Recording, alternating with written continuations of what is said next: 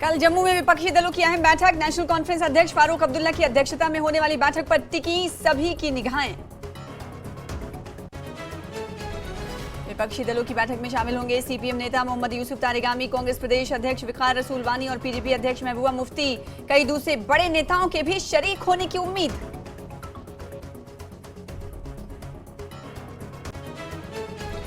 विपक्षी दलों की बैठक में विधानसभा, यूएलबी और पंचायत चुनावों में देरी जैसे मुद्दों के उठने की पूरी संभावना। बीजेपी ने विपक्षी दलों को बताया हताश और दिशाहीन।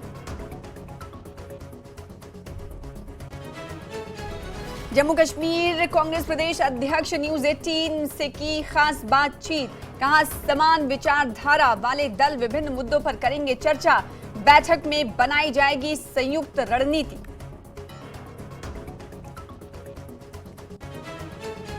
हिमाचल के पूर्व सीएम और नेता प्रतिपक्ष जयराम ठाकुर ने सुखू सरकार को बताया विफल।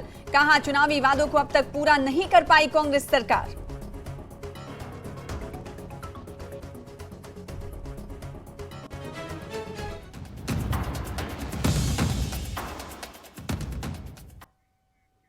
नमस्कार, स्वागत है आपका। महासंग्राम 2024 देख रहे हैं आप। मैं हूं आपके साथ सना वारिस। दो अहम मुद्दे महासंग्राम में आज शामिल किए गए हैं।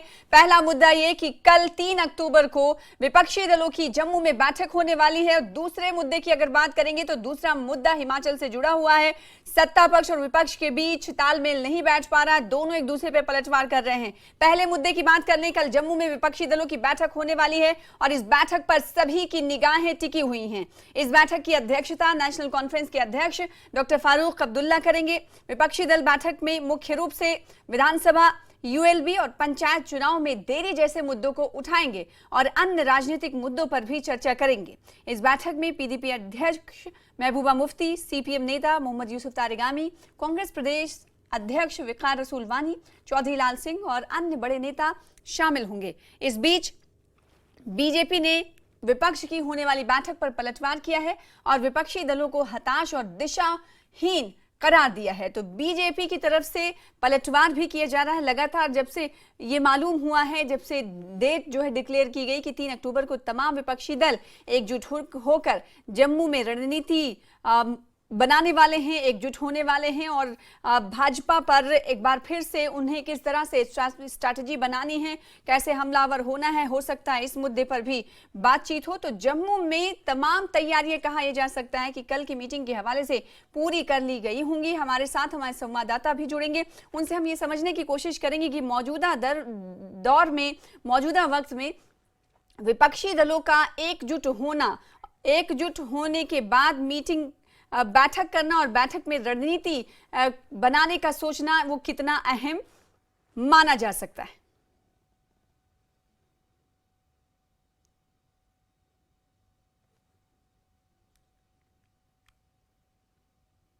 हम सब लाइक माइंडेड पार्टीज को, सेकुलर पार्टीज को जमा होके इन लोगों का मुकाबला करना पड़ता है और हम इंशाल्लाह जुड़ेंगे, सब मिलेंगे, चाहे पीडीपी हो, चाहे एनसी हो, चाहे दूसरी लाइक माइंडेड पार्टी हो, पैंथर हो, सीपीएम हो, सब हम जुड़े हैं। हम इनका मुकाबला कर रहे हैं और पूरा मुकाबला डट के करेंगे। वही हम उसी की दिशा तय करते हैं कि हम इन लोगों के साथ, जो इस वक्त लोगों के दुश्मन हैं, गरीब लोगों को तबाह और बर्बाद कर दिया इन्होंने, स्मार्ट मीटर लगा के, टैक्सें लगा के, बाकी चीजें करके, तो उसके लिए हम लड़ने के लिए जो भी हो सकता है। जैसे पहले इन्होंने वोट, बाहर वालों के वोट रजिस्टर करना शुरू किए थे, हमने प्रोटेस्ट किया, कहीं ना कहीं ये रुके।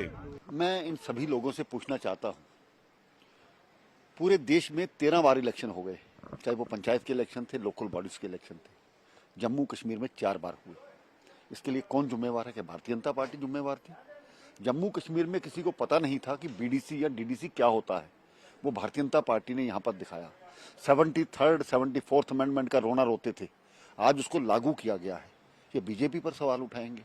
इनको अपना डर है, तभी तो इकट्ठे होकर के बैठे हैं। भारतीय जनता पार्टी अकेले अपने दम पर चुनाव लड़ेगी। डिलिमिटेशन किसने कराई? भारतीय जनता पार्टी ने कराई। रूटीन में इलेक्शन किसने कराए? भारतीय जनता पार्टी ने कराए। भारतीय जनता पार्टी का डर सता रहा है, ऐसा कुछ नहीं है। हम तो तैयार हैं इलेक्शन के लिए, हमारे कार्यकर्ता लगातार काम कर रहे हैं। है कि मोदी हटाओ, दूसरा ये करो, वो करो, इसके अलावा इनका एजेंडा क्या है, मैं ये पूछना चाहता हूँ। तो फारूक अब्दुल्ला की अध्यक्षता में ये बैठक होने वाली है, जम्मू में ये बैठक हो रही है और इस बैठक पर वार पलटवार का पहले से ही सिलसिला शुरू हो चुका है, जो कि आप प्रतिक्रिया के जरिए अब से कुछ देर पहले देख रहे थे। चलिए रुख कर लेते हैं जम्मू का। हमारे साथ समीर भट्ट जुड़ रहे हैं इस खबर पर तफसीलात के साथ। समीर, किस तरह की तैयारी, कितने बजे से तमाम नेता एकजुट होने वाले हैं जम्मू में और मकाम क्या तय किया गया है, सबसे पहले ये जानना चाहेंगे। देखिए सना, पहले जो कहा गया था और जो शेड्यूल था अपोजिशन पार्टीज का, वो था डॉक्टर फारूक अब्दुल्ला के घर में मिलना, जो भटंडी में उनका एरिया है, भटंडी एरिया में उनका मकान है। वहां पे उनको कल 2:30 बजे असेंबल होना था, वहां पे मीटिंग होने वाली थी अपोजिशन पार्टीज की, लेकिन इसको चेंज किया गया है आखिरी मौके पे और अब फैसला किया गया है कि जो एक होटल है, निजी होटल है यहाँ नरवाल एरिया में, वहां पे ही मीटिंग होगी 2:30 बजे के करीब, जिसमें doctor Farooq Abdullah national conference से, पीडीपी से महबूबा मुफ्ती, कांग्रेस से वकार रसूल वानी और रमन बल्ला, इसी के साथ अवामी नेशनल कॉन्फ्रेंस से मुजफ्फर शाह, इसी तरह सीपीआईएम के मोहम्मद यूसुफ तारगामी, इसी तरह से चौधरी लाल सिंह है जो डोगरा सदर सभा, डोगरा स्वाभिमान संगठन से, इसी तरह से बहुत सारी छोटी पार्टियां भी हैं जिनको न्योता मिला है। तकरीबन 13 से 14 पार्टीज हैं जिनको न्योता मिला है, छोटी बड़ी पार्टीज, अपोजिशन पार्टीज, जिनका वहां पे जमावड़ा होगा 2:30 बजे के करीब कल मीटिंग होगी। और उसके लिए फारूक अब्दुल्ला जो है लगातार वो 2 दिन से यहाँ पे है, मंथन कर रहे हैं, पार्टी लीडरों से मिल रहे हैं और जिन पार्टीज के लीडरों को जम्मू से न्योता दिया गया उन पार्टी लीडरों से भी मिले हैं, वो इंडोर मीटिंग्स की हैं उन्होंने। और इसी के साथ पीडीपी चीफ महबूबा मुफ्ती कल ही यहाँ पहुंचेंगी, मोहम्मद यूसुफ तारगामी आज देर शाम को यहाँ पे पहुंचने वाले हैं जम्मू। तो जम्मू में जो सियासी पारा है वो अब बहुत गर्मा गया है। हालांकि मौसम की अगर बात करें तो यहाँ पे मौसम में थोड़ी बहुत बेहतरी आई है, मौसम ठीक है, लेकिन सियासी पारा बड़ा ऊंचा हो गया है और उसका रीजन है कि ये जो अपोजिशन पार्टीज की मीटिंग होने वाली है उसमें एजेंडा जो तय किया गया है, हालांकि ऑफिशियली एजेंडे के बारे में नहीं कहा गया, लेकिन जो बात हुई आज अपोजिशन पार्टीज के लीडरान से, उन्होंने कहा कि जो असेंबली पोल्स नहीं करवाए जा रहे हैं। आपको याद दिला दूं, 15 मार्च को इसी साल ऑल पार्टी जो अपोजिशन पार्टीज जो यहाँ पे जम्मू कश्मीर की थी, वो 13 के करीब पॉलिटिकल पार्टी, जो नेशनल पॉलिटिकल पार्टीज है, उनके रिप्रेजेंटेटिव से मिले थे वो दिल्ली में। उसकी अगुवाई डॉक्टर फारूक अब्दुल्ला ही कर रहे थे। उसी दूसरे दिन ही वो इलेक्शन कमीशन ऑफ इंडिया से मिले थे, उन्होंने एक मेमोरेंडम दिल्ली में दिया था जिसमें मांग की गई थी कि असेंबली पोल्स करवाए जाए। लेकिन इन अपोजिशन पार्टीज का कहना है कि देखिए असेंबली इलेक्शन की बात तो छोड़ दीजिए, जो यूएलबी इलेक्शन और पंचायत पोल जो ड्यू थे, जिनका अक्टूबर नवंबर में, देखिए अगर म्यूनिसिपल पोल्स की बात करें तो उसका कार्यकाल 14 नवंबर को खत्म होने वाला है। तो उन्होंने कहा कि देखिए हम उसकी बात करें, वो भी तो नहीं हो रहे टाइम पे। तो क्या ये माना जाए समीर, क्या ये माना जाए ये तमाम जो विपक्षी नेता हैं अपने अपने तरीके से केंद्र सरकार पर और भाजपा पर हमलावर रहते हैं कि वो चुनाव नहीं कराते हैं, चुनाव, और साथ ही साथ उनकी तरफ से ये आरोप होता है चुनाव नहीं कराने का कि अब बीजेपी डरती है इसलिए चुनाव नहीं करा रही। क्या ये माना जाए कि ये जो तमाम विपक्षी दल एकजुट हो रहे हैं, कल जगह भी चेंज हो गया है, आपने बताया कि पहले कुछ कहीं और था लेकिन अब जो एक निजी होटल में ये बैठक होगी, तो क्या ये माना जाए कि ये तमाम विपक्षी दल बैठक में एक रणनीति ये बनाएंगे कि यूएलबी और पंचायत चुनाव के हवाले से जो खबरें अभी मिल पा रही हैं उसको लेकर एक मेमोरेंडम इलेक्शन कमीशन के पास फिर से लेकर जाएं और उन्हें दें? क्या ये लगता है संभावना इसकी जताई जा सकती है?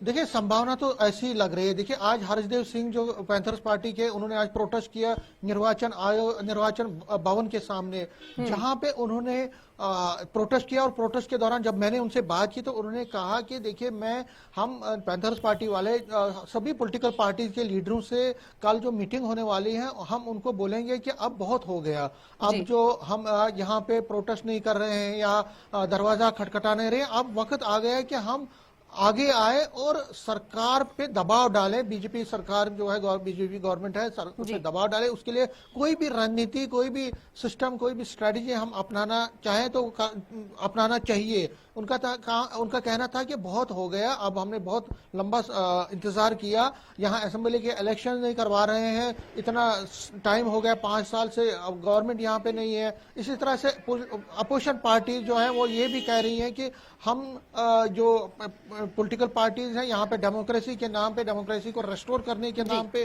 सिर्फ धोखा मिल रहा है। तो ये स्ट्रेटेजी कल ये करेंगे, इस पर एक रणनीति बनाई जाएगी कि आखिर हमने आगे चल के कैसे करना है। क्या दिल्ली जाना है, क्या फिर इलेक्शन कमीशन ऑफ इंडिया से मिलना है, या जम्मू कश्मीर में बैठ के ही यहाँ पे दबाव बनाना है, किस तरह से स्ट्रेटेजी, वो सारी स्ट्रेटेजी ये बनाना चाहते हैं, जिसके लिए कल ये मीटिंग हो गई।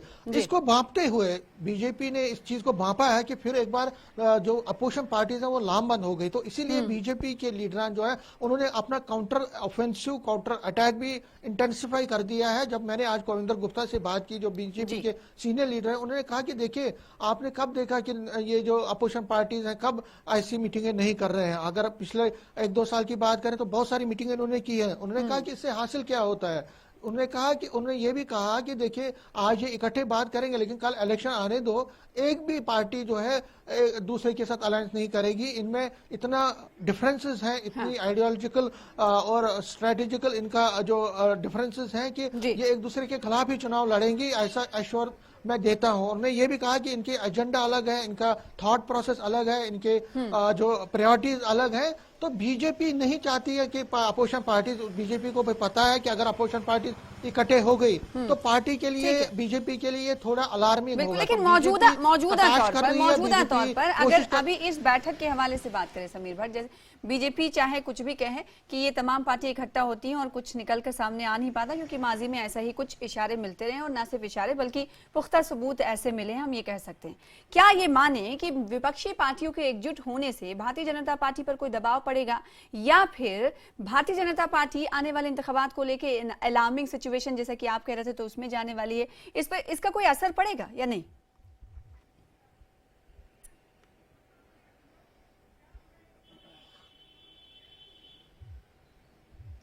शायद समीर को हमारी आवाज नहीं पहुंच पा रही, एक बार फिर से हम उनका रुख करेंगे। तो कल जम्मू में विपक्षी दलों की बैठक होने वाली है, समीर से हम जुड़ने की कोशिश करेंगे और इस बैठक के क्या माने निकाले जाएं और इस बैठक में कौन कौन मुद्दों पर बातचीत हो सकती है, रणनीति किस पर बना सकते हैं तमाम विपक्षी दल, इस पर तफसीलात दे रहे थे हमारे संवाददाता समीर भट्ट। और इसके अलावा इस बैठक से भारतीय जनता पार्टी के ऊपर क्या असर होगा, क्या उनकी तरफ से भी ऐसी कोशिशें तेज की जाने लगेंगी, ये कई ऐसे सवाल हैं जिनके जवाब जानने जरूरी हैं।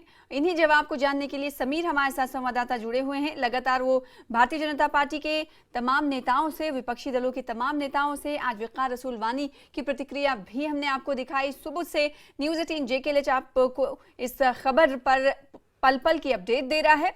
मौका है विपक्षी दलों के एकजुट होने का। जब कभी भी विपक्षी दल एक साथ एकजुट होते हैं किसी एक पार्टी को लेकर, तो जाहिर सी बात है किसी न किसी रणनीति को बनाने की ओर वो बढ़ रहे होते हैं। ऐसे में जिस पार्टी के खिलाफ, यानी भारतीय जनता पार्टी के खिलाफ अगर ये तमाम विपक्षी दल का खेमा इकट्ठा हो रहा है, तो जाहिर सी बात है उस पार्टी पर जरूर कुछ न कुछ असर पड़ने की बात कही जा सकती है।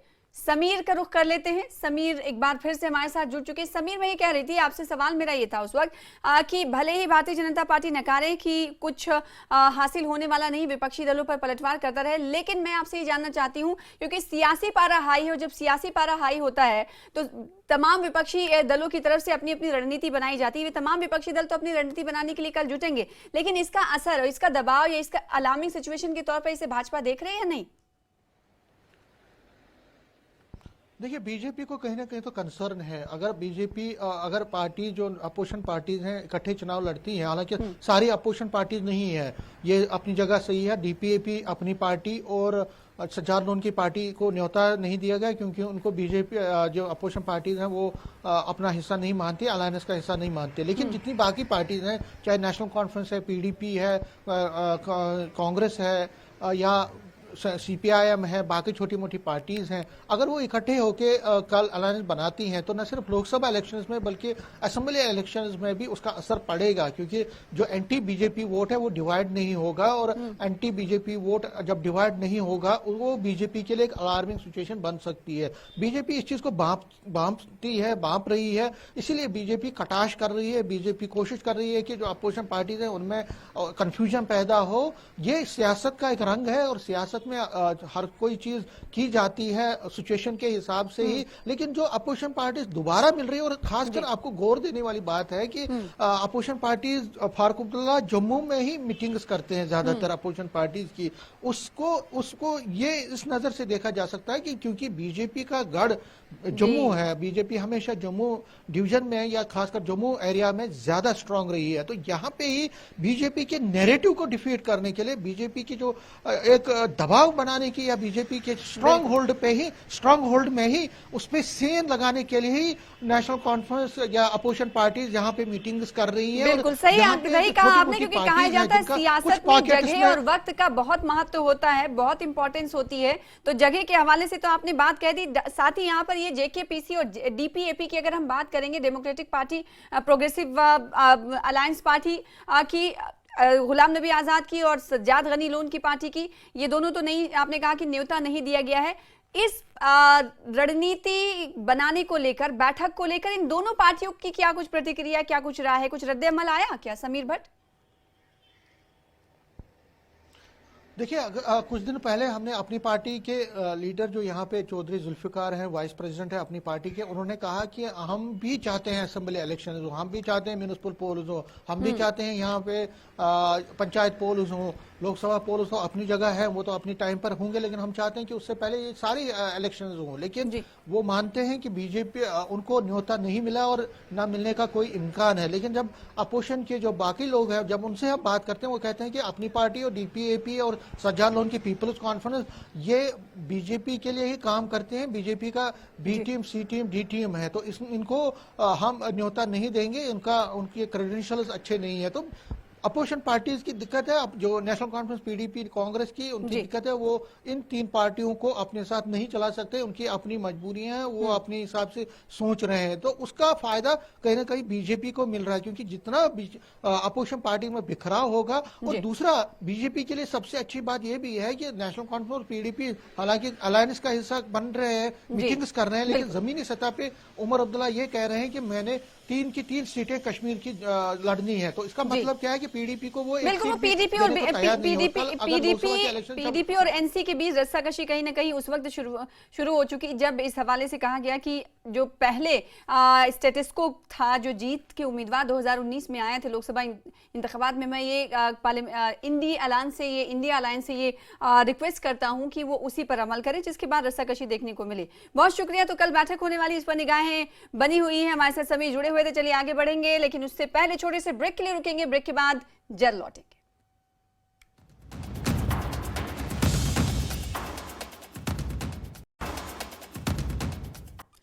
ब्रेक के बाद एक बार फिर से आपका स्वागत है। देख रहे हैं आप महासंग्राम। हिमाचल प्रदेश के पूर्व मुख्यमंत्री जयराम ठाकुर ने सीएम सुक्खू के नेतृत्व वाली कांग्रेस सरकार को सभी मोर्चों पर विफल बताते हुए निशाना साधा है। उन्होंने कहा कि कांग्रेस के नेतृत्व वाली सरकार हिमाचल में चुनावी वादों को पूरा करने में विफल रही है।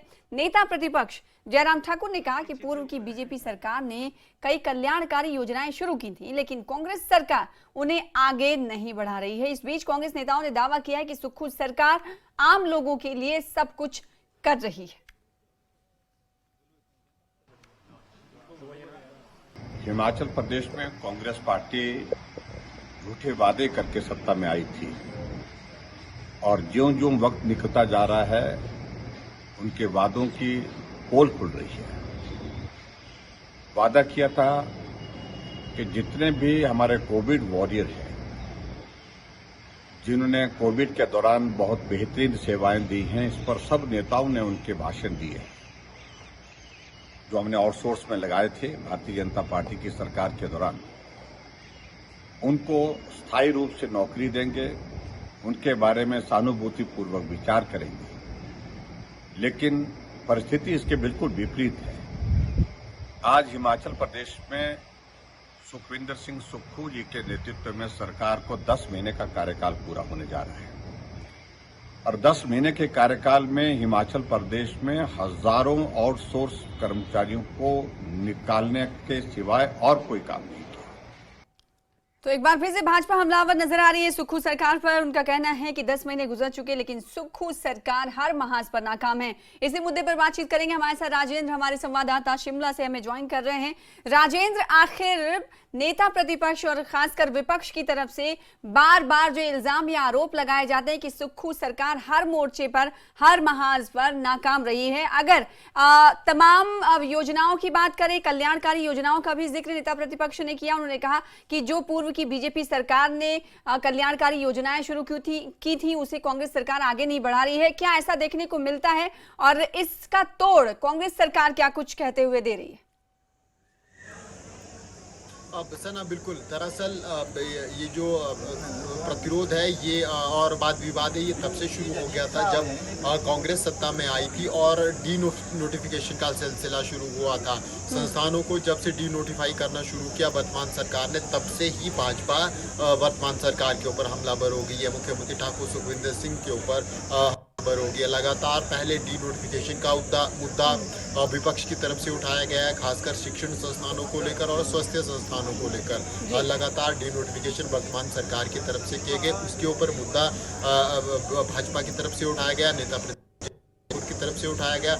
उसके बाद फिर कुछ एक जो डी नोटिफाई किए संस्थान थे उनको मुख्यमंत्री ने दोबारा, चाहे वो कांगड़ा की बात हो या फिर उसके बाद नालागढ़ की बात हो, अब 2-3 स्थानों पर मुख्यमंत्री खुद गए और उन्होंने संस्थानों को फिर से नोटिफाई कर दिया, घोषणा कर दी। उसके ऊपर भाजपा दोबारा से हमलावर होगी कि मुख्यमंत्री अपना फट्टा, अपने नाम का फट्टा वहाँ पर लगाना चाह रहे हैं, शुभारंभ या आधारशिला का फट्टा अपना लगाने चाह रहे हैं। इसलिए इन तमाम संस्थानों को पहले डी नोटिफाई किया गया, उसके बाद नोटिफिकेशन शुरू कर दी और उसके बाद फिर आउटसोर्स कर्मियों का मुद्दा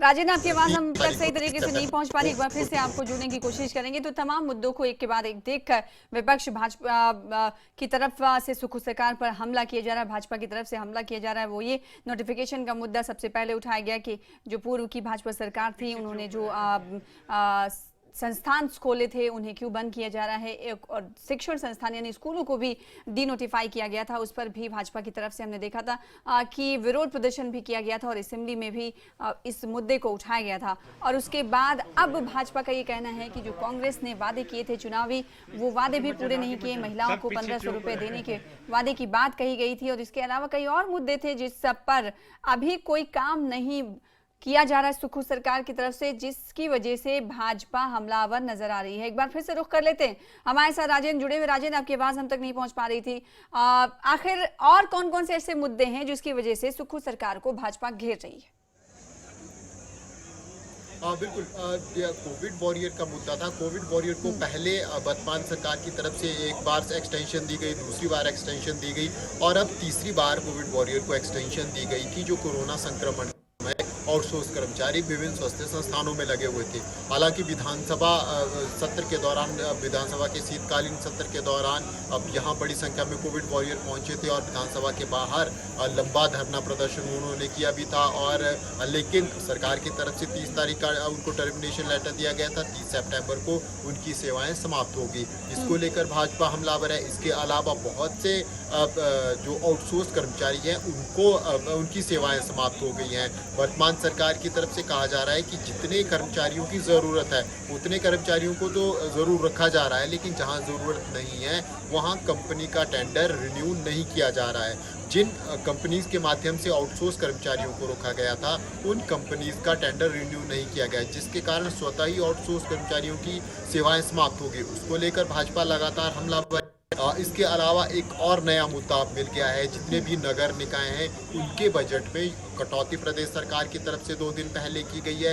इसको लेकर भी अब भाजपा हमलावर होगी वर्तमान सरकार के ऊपर। और महंगाई को लेकर लगातार भाजपा मुद्दा उठाती रही है। जिस प्रकार से स्टेट वैट इंक्रीज किया गया है पेट्रोलियम पदार्थों पर, पेट्रोल डीजल के ऊपर, इसके अलावा सीमेंट के दामों में लगातार बढ़ोतरी हो रही है उसके ऊपर। तो तमाम ऐसे इश्यूज हैं जिनके ऊपर भाजपा लगातार कांग्रेस सरकार को, मुख्यमंत्री ठाकुर सुखविंदर सिंह को घेरने की कोशिश कर रही है और भाजपा की तरफ से नेता नेता प्रतिपक्ष जयराम ठाकुर मोर्चा संभाले हुए हैं। पिछले दिनों हमने देखा विधानसभा के बाहर शीतकालीन सत्र के दौरान एक बड़ा प्रोटेस्ट भाजपा की तरफ से भी किया गया।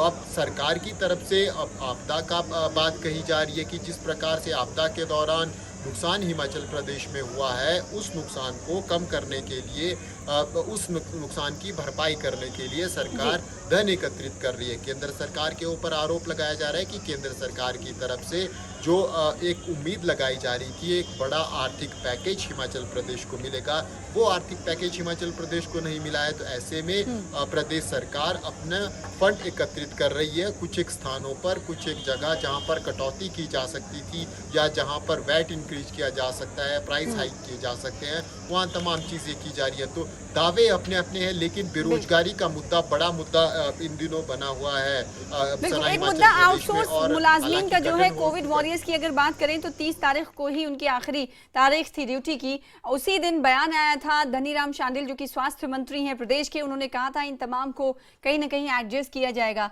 क्या कुछ खबर इन तमाम लोगों के लिए राहत के निकल कर सामने आ पाई है कि एडजस्ट करने की बात तो कह दी गई, कहाँ एडजस्ट किया जाएगा, कैसे एडजस्ट किया जाएगा, इस पर कोई जानकारी सामने मिल पाई है, निकल कर आई है?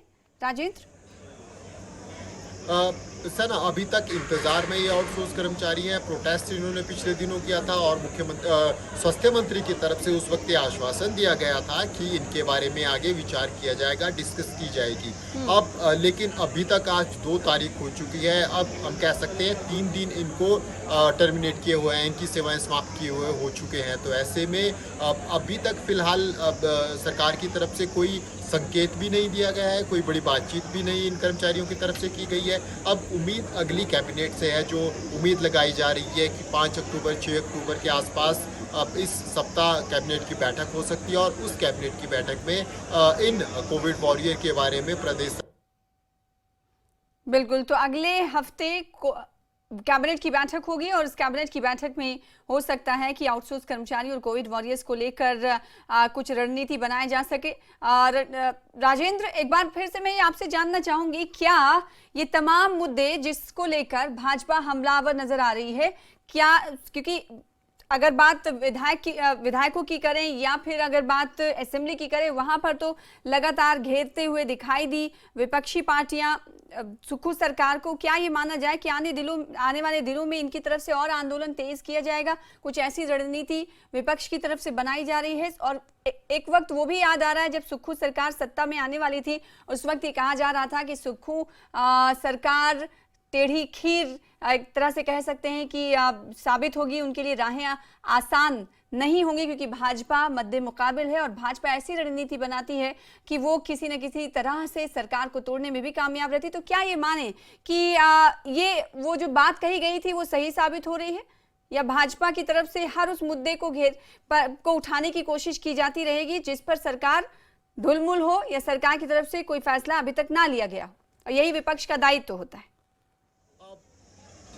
बिल्कुल बिल्कुल सना, और भाजपा की तरफ से एक हम कह सकते हैं कि छोटा सा ट्रेलर भी दे दिया गया कि किस प्रकार का आगे विपक्ष रहने वाला है। विधानसभा के मॉनसून सत्र में हमने देखा एक प्रोटेस्ट विधानसभा के परिसर के बाहर भाजपा की तरफ से किया गया। हालांकि केवल हम कह सकते हैं 9 महीने का कार्यकाल प्रदेश सरकार का पूरा हुआ है। तो ऐसे में एक इस प्रकार आंदोलन खड़े कर देना और उसके बाद फिर लगातार हमलावर, हर रोज भाजपा का कोई ना कोई बड़ा लीडर सामने आता है और प्रदेश सरकार की कार्यप्रणाली के ऊपर सवाल खड़े करता है। और यही हमने विधानसभा सत्र में भी देखा और आने वाले दिनों में भी जरूर विपक्ष की तरफ से, भाजपा की तरफ से एक जो विपक्ष की भूमिका है, हमें लगता है कि वो भूमिका भाजपा बखूबी अब समझती है और बेहतरीन तरीके से निभा रही है। लगातार सवालिया निशान प्रदेश सरकार, तो लगातार सवालिया निशान लग रहे हैं प्रदेश सरकार पर विपक्ष की तरफ से, और सुक्खू सरकार पर लगातार हमलावर बीजेपी है। गारंटी पूरी नहीं करने पर उन्हें घेरा जा रहा है। कई ऐसे मुद्दे हैं जिनको लेकर हमलावर नजर आती रही है भारतीय जनता पार्टी,